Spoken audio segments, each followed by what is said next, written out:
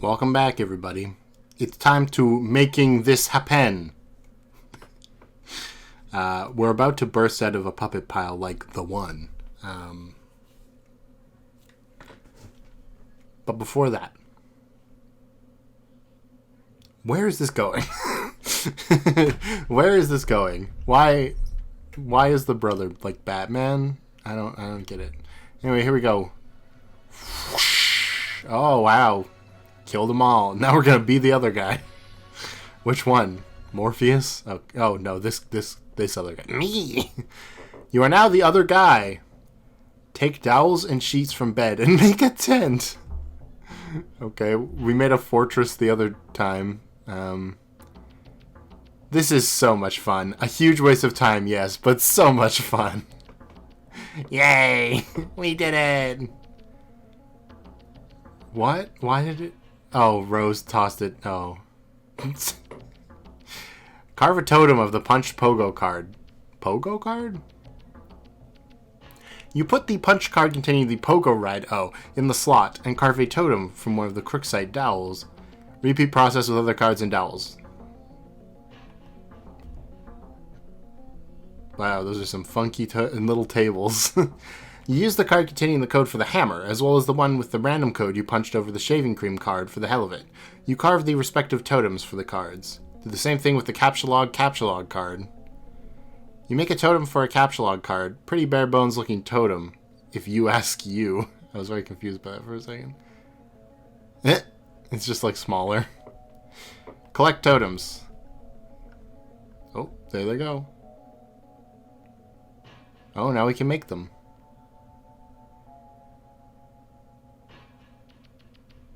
This costs one... The captcha-log card costs one something? I don't know what that is. We can make pogo rides now, though, and hammers. You stow the totems in your anthenium. Produce captcha-log card. Whoa, so many. The alchemister requires 1 unit of any type of grist to produce 1 card. Oh, that's what that means. You decide to use shale, since it seems less generally useful than build grist as of now. You make a whole bunch of them.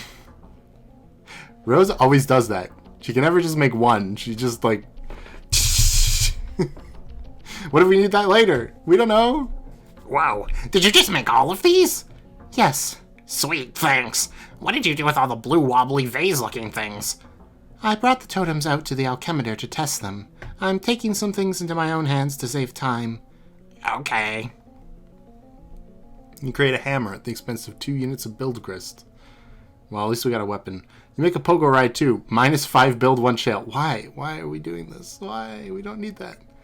Use the totem carved with the random code. You create a rocket pack with some random crap stuck inside of it. Looks like a cinder block, a violin, and a flower pot. The items have rendered the device completely inoperable. Well, that's interesting. We're close to discovering the recipe for a rocket pack, though. You figure you might as well put this piece of junk to use. Nice, okay. Using a little strategy, first you grab Harry Anderson's Wise Guy by Mike Cavney, then the cards, then your ejected PDA, then the book again to flush the cards into your deck. Nice going. Look at all the inventory space. This is going to make it impossible to ever get anything. We're going to have to like go through like 8 cards in order to get... Anyway, turn on detect collisions. Oh hey. FIFO? You flip your fetch modi, but find no such option. This is idiotic. You can change the color. Read book, be the wise guy. Oh, here we go. Oh my god, okay. Blood loss in the Big Easy. Oh no. An introduction. Who's this wise guy, eh? New Orleans, 1977. The close-up room at the Magic Castle was this mean little box that tended to fill up with so much smoke you'd swear it was someone was cremating a wet dog in there. Okay, wouldn't some of that be steam then? In walks Anderson. There isn't much that gets liquor to pause its journey from the table to my lips, but I'll be the bastard love child of a listless octoroon if that kid wasn't the cat that swallowed the canary in a dapper little hat. It looked like he was testing the tensile strength of his suspenders to the damn near limit with a pair of cocky thumbs. What? I wasn't impressed, but I was a fool. Somehow, in my motion for another beverage, he'd already slipped into polite conversation at a table held down by some notoriously burlesque regulars. Okay. Is that how you say that? I don't know. He had them in no time flat. They were melting butter in his glass ramekins. Whatever tidy yarn he'd spun to win them over, I didn't catch a word of it. One of them laughed. I was angry. Envious? Maybe a little. Yeah, you bet I was. Anderson had one of those little wooden finger choppers that Mickey Hades used to sell. Okay. The kind where the blade could be removed and clearly shown. It was a very convincing little guillotine that did not look like a novelty store toy. Harry would get a guy to examine the chopper and then cut a cigarette in half. Then he held the guy's hand up and told this silly story. Of course, the story was artifice, a distraction for the guy in the audience while he worked his stuff with the chopper. Or it would become that once his famous chopper trick was perfected, vaulting him into fame, fortune, and the crowning position in the television judiciary. What is happening? With what became his signature aplomb, Anderson was in moments a font of breast pocket gauze, profuse apology, and redoubling determination. It's really amazing how hard it is to find a bloody sausage-sized piece of a guy on the floor of a room that dark and smoky. Impossible. I think we all proved. Just as impossible as blind white Willie Buttermilk Stubbs was going to find it in his trumpet tomorrow night with his twiddling fingers. Okay. Harry and I never speak anymore. You never really understood what Cavney's relation to Anderson was, or why he wrote this book about him. His ambivalent attitude toward your favorite magician in these anecdotes always struck you as a little weird, and to be honest, you tend not to read much of the text in the book. You mostly like to look at the diagrams for all the cool tricks. I mean, I guess that makes sense. Oh boy. A hole in the ace, aka the a-hole trick. Uh-huh. Here's a perfect example of how Harry could ruin several decks of cards, waste everyone's valuable time, and you'd have to love him for it. He was very good at that. One day he noisily emptied his suit jacket pocket onto the hood of his car in search of change for the meter. Chunky metal thing slid from the pile and bounced on the sidewalk. As I retrieved it for him, I asked what he was doing with a hole puncher in his pocket. His face lit up at the question like he was an elf, okay. And I asked him how he felt about climbing into the hollow of a big tree to bake some cookies or something. Oh, like he was an elf and okay. The 2-foot, 6-inch height differential between us causes these comparisons to enter my mind.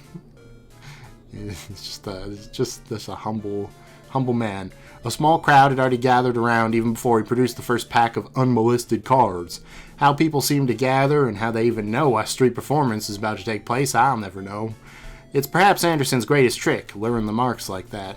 I wanted to ask if he was sure about all this, performing in broad daylight. He was used to working in dark rooms. It's usually the first thing out of his mouth when he would queer a trick.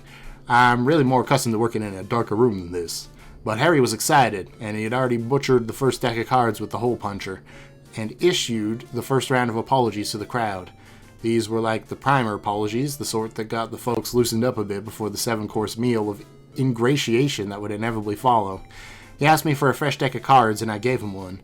The principle behind the trick in theory, as he explained to me later, was to punch holes in what appeared to be one card, but was in fact 2 or more together, hence the difficulty he had in squeezing the puncher with his little elfish hands. Then using some coy maneuvers with his thumb, temporarily concealing the hole, while he slid the card beneath it with his palm, the hole would seem to disappear or move to another part of the card. Cool, what a great trick. Oh yeah, that's right, the old hole in the ace trick. Not an ace in the hole, it's a hole in the ace. Interestingly enough, pertaining to punching holes in cards and making them disappear and stuff, your hands were never really strong enough to make this one work all that well either. But actually, this gives you an idea. Oh boy, what are we gonna do?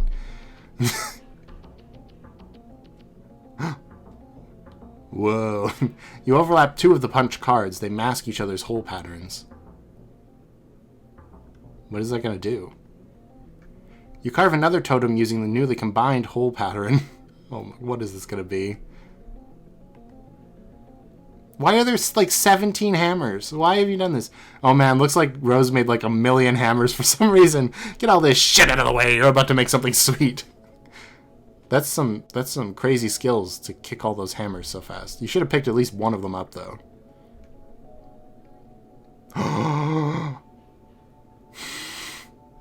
-10, -16. This is like the most. You got the pogo hammer. Practice with new weapon. We're gonna fight, or not? Boing, boing, boing. What did you do? I combined the cards in a lathe thing and made this. It's so sweet, man. Look at me go. I see. That was a really good idea, John. Nice work. Thanks. I got the idea from Harry Anderson. Who? You know the show Night Court? No. Well, bottom line is he's awesome. That's really all there is to say on the matter. Attack the nearest imp to test Pogo Hammer's strength. Alright, here we go. You get a vicious rhythmic bouncing combo going and easily slay the imp in one blow. You and the Pogo Rider catapulted sky high in the process. Well, this could be useful, I suppose. Oh my god, he's gonna die.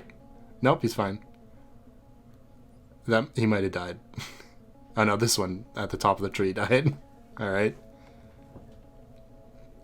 Sweet catch. Hey, nice, right on the bed. Every time John, like, falls over dead like that, or he's just like, ugh, it's always so funny, because I don't know why, but that sprite is just funny to me.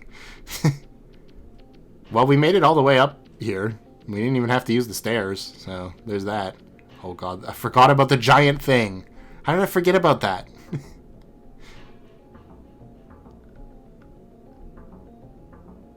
Oh, there's more of them. Also, didn't we end the last John thing with him falling off the stairs? Or was he just fine? I honestly don't remember. Pester John. Hey, that was pretty, nice. Sweet catch? Save. Oh yeah, this is pretty comfy. Why don't you just, like, carry the bed around with me on it? Up to the gate up there.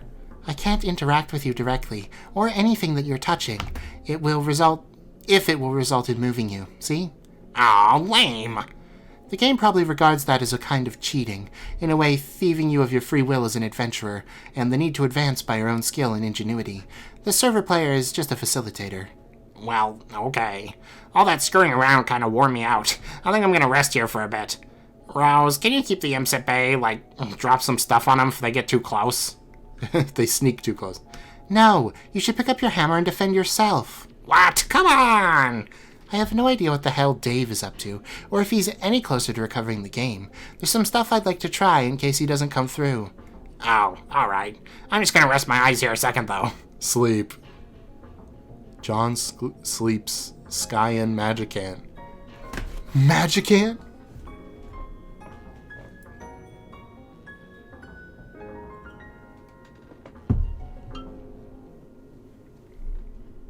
Z. Okay, well, that's the end of that. I don't know what that's about. Looks like a sort of index documenting all the known results for punch card alchemy combinations.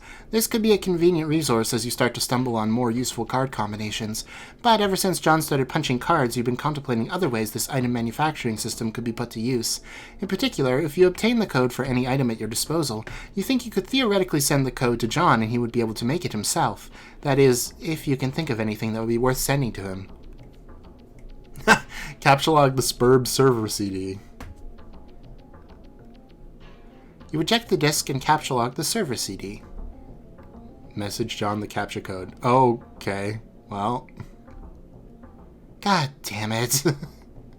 That was smart, but oh my gosh. We are in big trouble here. The generator died. Oh no. Facepalm ×2 combo. John, wake up. I know that name. Father! A cake, no. Fruit gushers? A jester. The guy. Harry Anderson, maybe. Jade? Presumably? Ah, a pumpkin! I just saw a pumpkin. I have not met her yet, but I think that's Jade. I think that's her name. Hey! Wow, there you are. How's your adventure going, John? It's okay. I'm making some progress, and Rose finally connected again, so she's helping me now. Oh, that's good. Oh, but, like, I don't know. I think I'm actually saving the world here. It's a frowny face. I don't know what I'm really accomplishing, but I guess it's not that. Oh, I don't think I'm actually saving the world here. I understand. Well, I think whatever it is must be pretty important. Don't lose hope, John. I think it'll all turn out for the best if you just stay positive. Just keep listening to your grandmother's advice. Yeah, you're probably right. But, I don't think I mentioned my Nana to you, did I? Oh, I don't know, didn't you? I don't know. Maybe you talked to Rose or Dave about it or something, right? Yeah, maybe that was it. They're really weird when they talk to me about you. Like, they're always trying to convince me you have some spooky powers. But I'm like, nah, she seems like a pretty regular girl to me. But then when I think back, maybe there are some times when it seems like you kind of know some things. Like, maybe you know more about a thing than you're telling me? I don't know. Oh, well, John, I want to explain lots of things to you. Some things that I know. I'm just waiting. Waiting for what? Oh, John, I forgot I was messaging you about that meteor that fell near my house. Oh, yeah. Whatever happened with that? Oh boy, well, turns out I was confused about it. Really confused. See, I guess I fell asleep for a while and lost track of time. That happens. Yeah, I know. Tell me about it. Maybe you should, like, wear an alarm clock or something. So, what was the deal with the meteor? Well, it's hard to explain, but I know what it is now. And now I know everything's going to be okay. So, what is it? Oh, is this just another thing you're waiting to tell me? Oh gosh, John, I really want to tell you all this stuff, but I can't yet. I really think you need to wake up first. Huh? Oh, well, not literally. Well, okay, maybe kinda literally. Stop being so confusing. Lol. Anyway, time for you to go, John. I think you have some company, heart. Alright, well, goodbye. It's just a jester hiding here. I think I picked up the name Jade between 2 episodes when I was listening to music. Quickly grab the pogo hammer from, like, a comment or something. I try not to, like, look at them, but, like, when it's the top comment, like, what am I supposed to do? Hammer kind. There we are. You stick the pogo hammer back in your strife specimen and get ready to kill more of those pesky little... Huh? What's that? The wizard hat. Oh no. Oh no, he's wielding the book. Tentacle therapist ceased pestering ectobiologist at... What? Okay. Rose, why are you dropping something on that thing? Oh no. Be the imp. What? You be the imp and quickly abscond the fuck out of there. This is what weaker adversaries would do whenever things get too hot to handle, which is frequently. John, prepare for a boss battle. You stop being the imp because that was stupid and scurry over to your magic chest that you suddenly remembered was on the roof. There are some things in here that would be good to stock up on for a major battle, but it looks like someone's plundered your chest. This is so outrageous. Truly, truly outrageous. Oh no, he's standing in my window. What is happening here? They're trying to get the pogo, I think. You are being ambushed! There isn't much room to maneuver on this sloping roof. Maybe you should consider making your way to higher ground. Ascend to the highest point of the house. This does look like the place for a boss battle. You go up here. Look down. You peek over the edge. Wrong way. What? Oh, the handcuffs. We found the handcuffs. It already seems like a long way down to your yard, not to speak of whatever's below.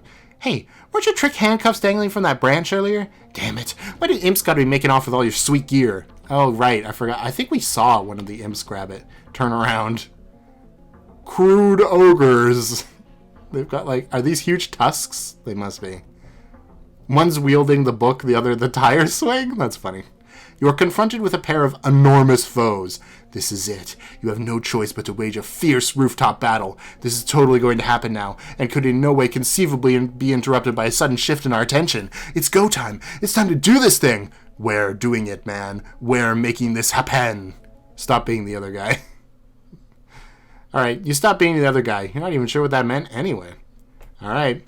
Ascend to the highest point of the building. Yeah. Upward movement.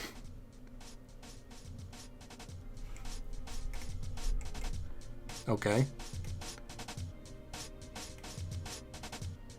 Whoa. What's happening? Acrobatic pirouette or something. The sword. Why are we zooming in on this?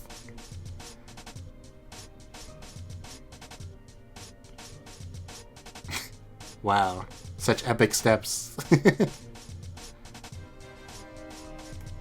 Dot, dot, dot, dot. Dot, dot. No. This is like the setting for a final boss fight.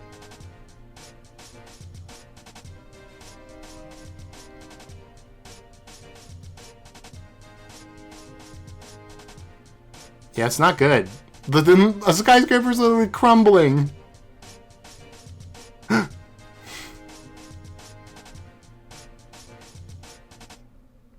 Psych. Oh, wait. Double psych out combo! Oh, it is this fella. You are now the wayward vagabond. Retreat. Oh, try to get the arms right. Got him already. Examine rotten pumpkin. Hey, wait, we did see the What pumpkin? Why? Check the little red bar. It appears to be a gauge for a large power cell, perhaps fueled by some type of nuclear reaction. If this is the case, it is relatively low on fuel, but who knows how long it has been running here. You do not care about this sort of nonsense and will disregard it at once. You are very hungry. Oh, I see. That's why we ate the pumpkin. Capsulog can of gravy. Capsulog? You have no idea what that means. It is total nonsense, and you do not know what to make of it. You will not give the foolish notion a second thought. Pick up the can of gravy. Just pick it up. You just pick it up. You are now holding the can of gravy. Use sharp teeth to poke a hole in the lid of the can.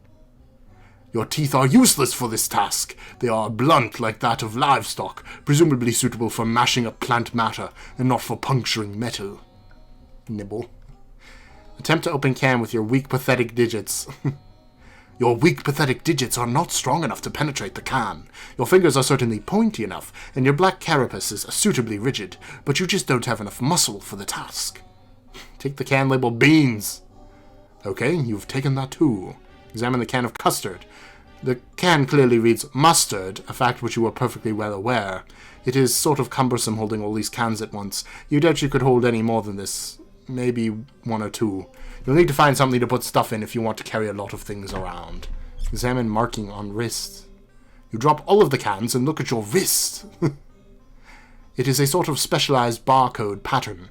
It brings back unpleasant memories, and you would prefer not to dwell on it. Examine the small potted plant. What plant? Okay. Check book on human etiquette. It appears half the pages of this book have been eaten. The daunting volume is considerably lighter than it once was. Alright, here we are. You are somewhat skeptical about the nutritional value contained by these pages. However, of the practical wisdom they contain, there can be little doubt. You've learned so much. Clear out all the cans inside the purple machine. You empty the peculiar cabinet and take a quick inventory of your canned goods. You have beans, mustard, gravy, bread, shrimp, asparagus, cheese, rice, corn, peas, flour, chestnuts, mayo, ham, potatoes, and squash. Such a bountiful plenty, and yet the delights taunt you from within their small metal prisons. Search the room for a can opener. You've already looked all over the place for a can opener, even making a few electronic inquiries about one to no avail. Nothing else inside the purple thing either. Locate a nearby sharp object. What is this? You wield your trusty knife. It is actually a... you're not sure what they're called. It's an old rusted one of those red mailbox arm swing flappy doodads, either for letting you know there is mail in the box, or maybe for alerting the mailman that to outgoing mail to be collected. You don't know, really. You've wrapped a little piece of cloth around it for a grip. It is useless for opening cans. Be the imp! That means nothing to you. You are not an imp, and you have no idea what an imp is, and you will not entertain such frivolous and childish ideas ever again. You feel stupid and hate yourself a little for even considering it. Become the mayor of Cantown. As the glorious founder and mayor of Cantown, you erect a dignified, majestic city hall out of cans, fittingly capped off with a tome of good manners for the roof. You have given yourself a very official and important-looking mayoral sash, made out of old cables, to complete your look of authority. A number of rather civic-minded citizen cans gather in front of the building to offer adulation to their fair and magnanimous leader. All is well. Okay. You immerse yourself in this beautiful dream as you whittle away the minutes, or perhaps hours. You love the idea of being a mayor. You love everything about mayors, and the concept of the orderly civil democracy. It all seems so mannerly and reasonable to you. Everyone is friendly and happy, and the city runs like clockwork. The foundation of the government is based on mutual respect between the leader and its people. I don't know why I couldn't say people. People! It is also built on having a really great mayor and who everyone loves, who is totally amazing and heroic and brave.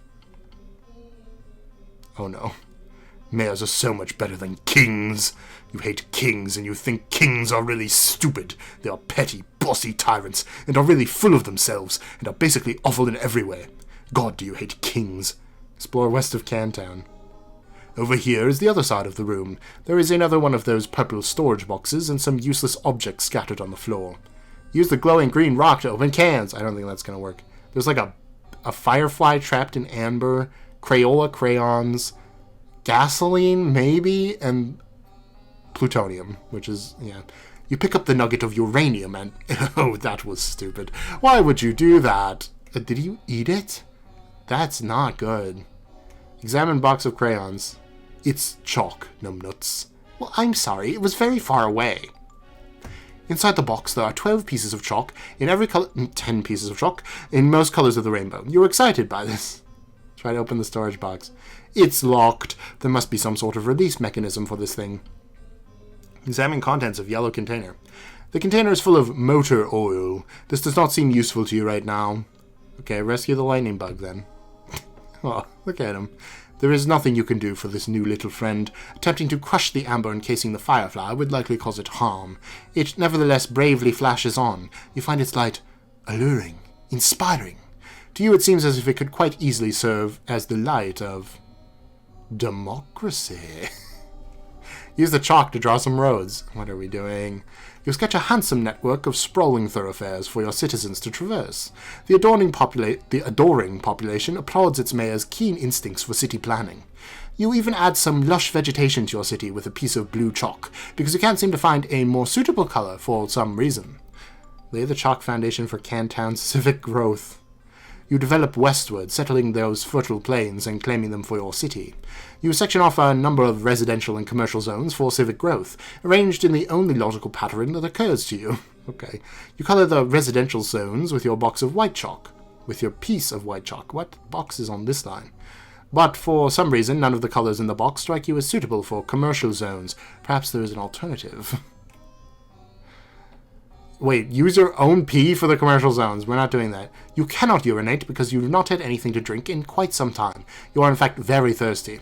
Also, that is a really terrible idea and you would not consider befouling your wonderful city in that way for even a moment. Use motor oil to designate commercial zones. You fill each empty square with a bit of motor oil to complete the zoning. It looks rather striking to you. You can hardly imagine that an up-and-coming young can hardly imagine that an up-and-coming young can trying to make it in the world would not be delighted to live in such a fair district. You are very careful not to get any of the unpleasant fluid on your person. Peel label from can of mayo and a fixed sash. For mayor. Very nice.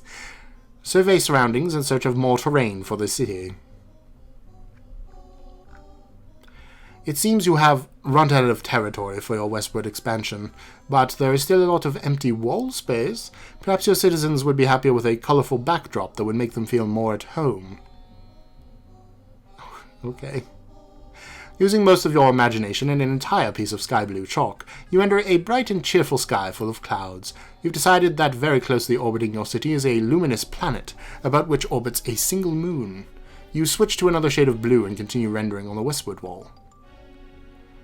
Orbiting much further from your city are 4 planets. None of these have satellites, you've decided. Yes, that makes sense to you, you think? There's one that's just a big volcano, one is like a gear, one is confetti, and one is oil, clearly. And on the southern wall, beyond an impenetrable veil of darkness, occupying the furthest orbit yet, there is an ominous planet. A moon circles this one, too. See John, okay. Check that rampaging boy on the screen. Oh yeah, it's that guy. You'd almost forgotten about him and his confusing shenanigans. It seems like he has things well in hand at the moment. He does not appear to need your help. You've already concluded that he cannot help you, at least for the time being. Turn on the 3 other screens. you have no idea how to turn these on. There is no mouse for this weird quadra-monitored computer. It can only be operated through text commands from its keyboard. Perhaps there's a special key or command which will allow you to switch to another monitor. Press tab. Oh my gosh, it's an Apple keyboard.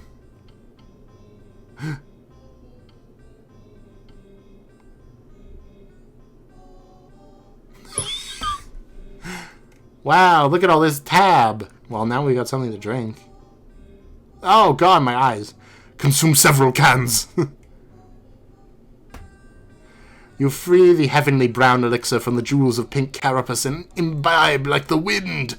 It is so sweet and sugary. You wonder how much sugar you can fit in one can. Whatever mighty wizard concocted this potion is truly deserving of your fear and respect. Welcome the rest into the city. We got more cans for our can town.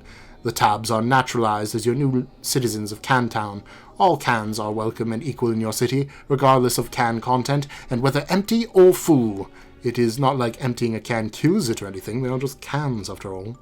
Hit escape. Oh, look at that.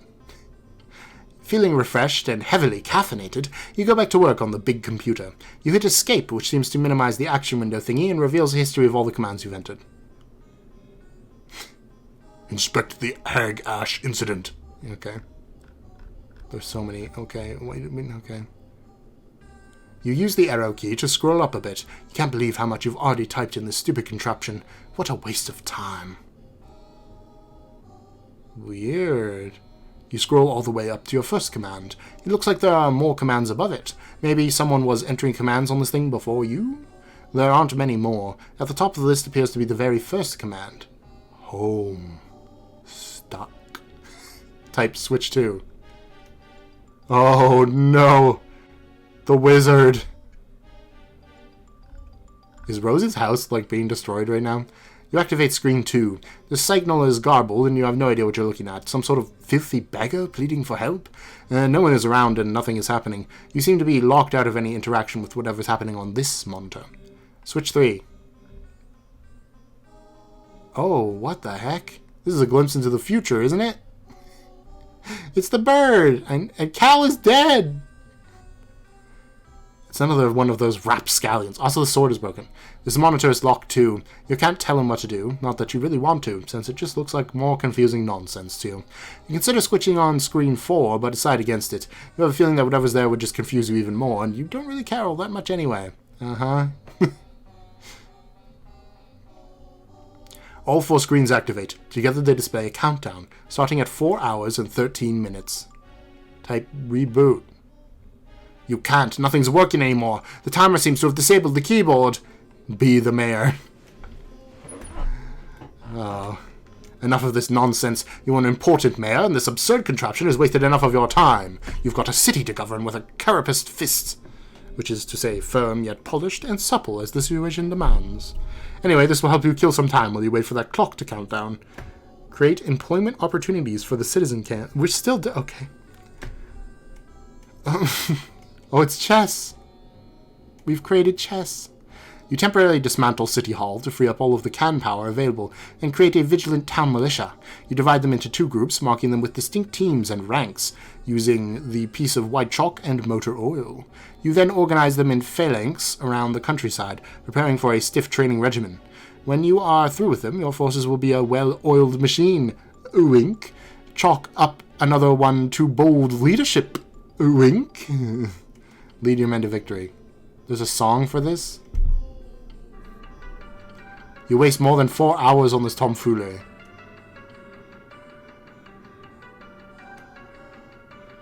What are you doing?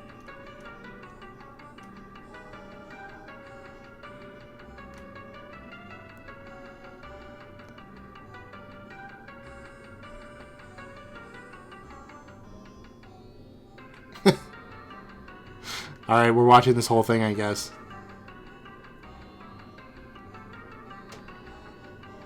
Checkmate! You waste more than 4 hours on this tomfoolery, and mourn the loss of Citizen Tab. And what happened to Citizen Tab? I didn't even see that.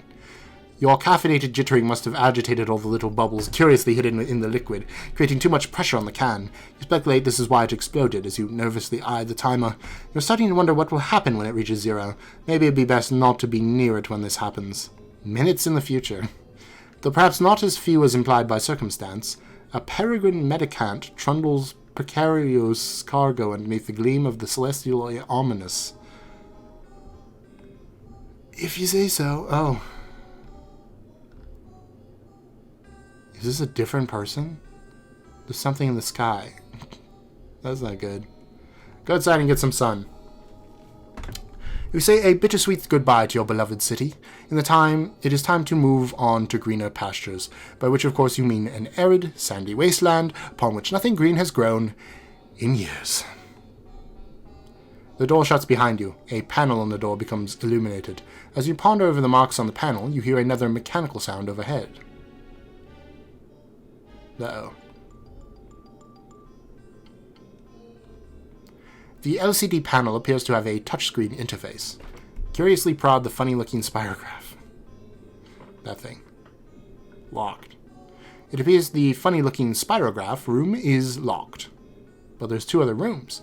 The floor rotates a full 360 degrees beneath you, while the surrounding wall seems to stay put. Select the triangly fractal. The triangly fractal room does not appear to be locked. The floor turns 120 degrees and the door opens. You go through the door to find another room.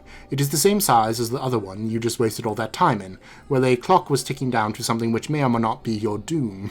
Well, there is something in here that will help you escape. Or maybe there is. Against the wall is then another perplexing contraption. Okay. Against the opposite wall is some sort of control panel which catches your eye. It has 2 large screens, but only one appears to be active. There are fields for numbers which appear to be modifiable with the dials to the right. Some numbers are already supplied by default, perhaps entered by the previous user. There are a few buttons below, the largest one bearing the symbol marking this room. Also, it looks like there is a meter stick propped up there for some reason. I want to get through this part before the next episode, so I'm going to keep going. Attach your trusty knife to the meter stick. It's a spear now. You immediately craft the measuring spear, through possibly the most advanced form of alchemy applied thus far. This is obviously the most important thing to do first. Obviously. No, it's in the pot. Or it would obviously be the most important thing to do if you had remembered to bring your trusty knife. You feel so insecure without your trusty knife. It makes you want to slit your wrists, or at the very least, flog your carapace with some sort of measuring apparatus. Look at the other wall. Is this an alchemeter? It looks like it, maybe. You examine the perplexing contraption across the room. You of course have no idea what it could possibly do. You adopt the only obvious course of action, which is to poke and prod it with your handy ruler. You are quite sure this is what science is all about. Press the triangles. You go back to the control panel, which probably obviously controls that gizmo, and you push the big blue button, which is obviously probably the most obvious thing to push. You purify a pumpkin. Uh-oh, I've seen that shape before. Examine pumpkin. It seems this mysterious gourd was transported, purified, from a specific time and location somewhere on this planet you're on. You wonder if the machine, a purifier, will take any object that exists at whatever time and location you supply. There is a symbol carved on the pumpkin. You don't know what it means, and you doubt it will ever prove to be relevant in any way. Devour pumpkin. You consider dining on the ripe flesh of the plump vegetable, but your curiosity about the purifier gets the better of you. You try to sneak a nibble from the pumpkin nonetheless. Inspect green buttons. You first examine the attractive green buttons. The icon for the one on the left is that house shape you've seen plenty of times before. The right one, on closer inspection, appears to be the map for this underground facility with an X marking its center. You push the button. All of the numbers change. Perhaps they are coordinates for the location of the center of this facility, along with the local date and time. If this is the case, it would make a useful reference point for your current bearings. Fiddle with the dials. What? One way to find out would be attempt to purify something from this facility. It should be easy to zero in on a location relative to the center because you have an uncanny knack for tracking precise distances you have already traversed, in whatever units you choose. Your handy ruler gives you a good clue as to the basic unit of human measurement, so you will go with that. Purify your trusty knife. You nudge the coordinates very slightly and bump up the elevation by 0.5 human measurement units. HMUs, you might say. You make sure to keep the time approximately what it was to begin with. You will purify your trusty knife. Purify can town. You nudge the numbers a bit more and purify a bunch of cans. This is so much more efficient than walking back to the other room to get them. You are to believe that time is at a premium after all. Purify the pumpkin. What?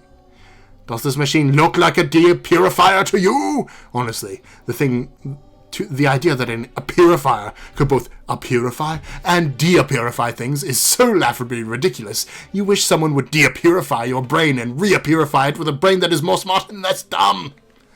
Use trusty knife to carve spook schema into a pumpkin. What the hell are you talking about? That idea makes no sense at all and is basically meaningless. Try using that mushy stuff in your gourd next time. Instead, you just carve off the top, exposing a decadent cache of gorgeous seed-laden ambrosia. Needless to say, you consume all of it rather quickly, but it turns out to be too gross for us to watch. Okay. Move spirograph switch. You cannot move it. It has a spirograph-shaped indentation, and will possibly require a special kind of key to turn it. Okay. Purify firefly out of the amber.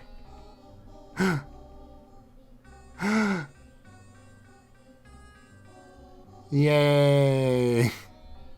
You release your blinky new friend. You will give her a name when something suitably whimsical occurs to you. Yay!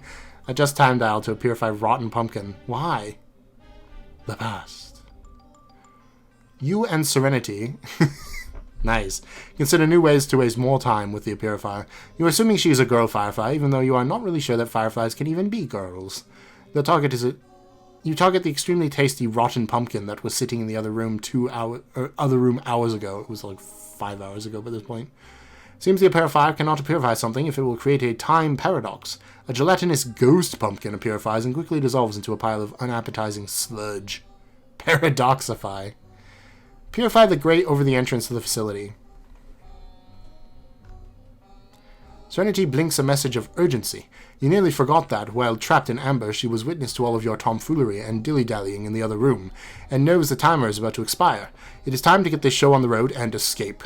You reset the coordinates with that right green button again, and this time only adjust the elevation by approximately 10 human measurement units.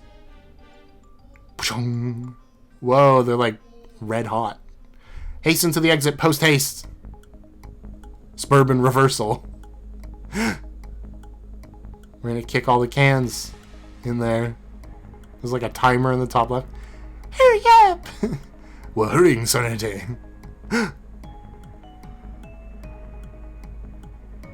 Good job. Is this really necessary?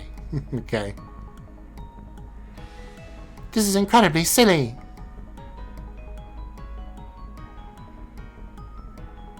2, 1.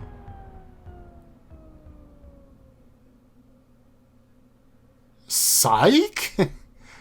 Oh wait. Unpsych.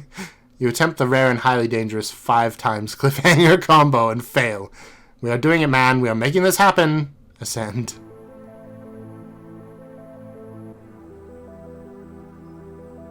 Okay.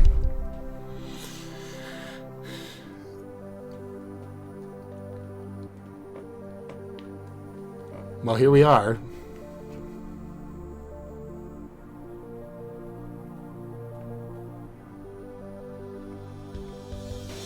Oh, it's a rocket.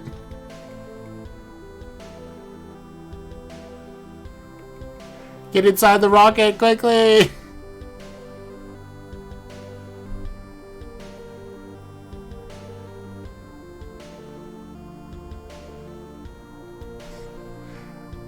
Continent westward. And years in the past, but not really. You're telling me... Oh. Okay, no. The meteor still struck. I was gonna say, you're telling me that this rocket ship is gonna become the meteor?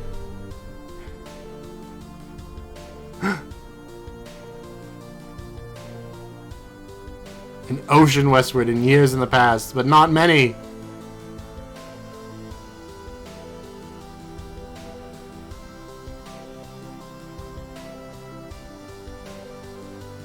What? Frog people?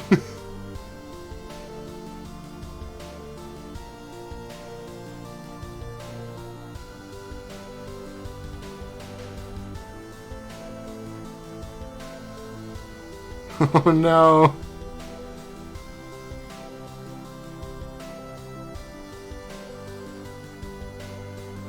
There's a secret chamber? The trick handcuffs. Dad knows how to get out of them.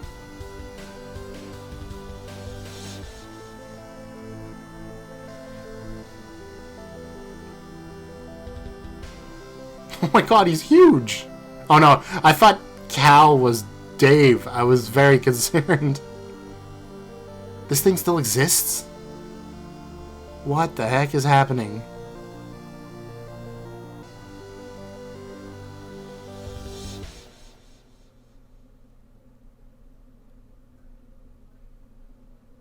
There's...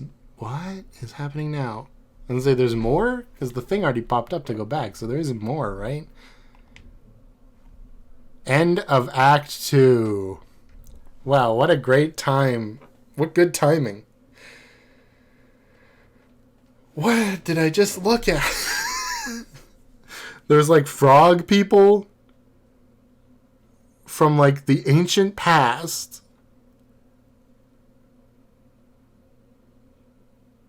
And I guess that's what the Wandering Friend and Firefly are going to be doing now. I really didn't think they were going to be that important. I thought they was just like a manifestation of the audience, you know? Because the audience was able to decide what was happening in the plot at the beginning of Homestuck. I've heard that from a number of sources. So I thought that the Wandering Traveler was just a way of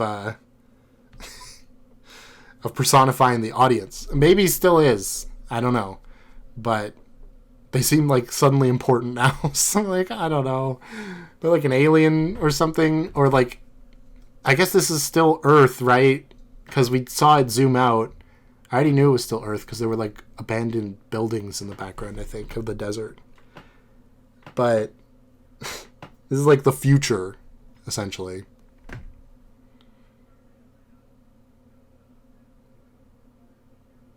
I have no idea what's going on. But like, we've set up some pretty big stakes for part 3. So I'd be surprised if that one doesn't finally like kick things off really in a big way. I mean, I guess the start of this one was the start of being in the medium. So that was pretty important. But like, so far we haven't really done a ton of things in the medium. Like, we've got some imps and like, I don't know, but it's not too different than if we weren't there, you know?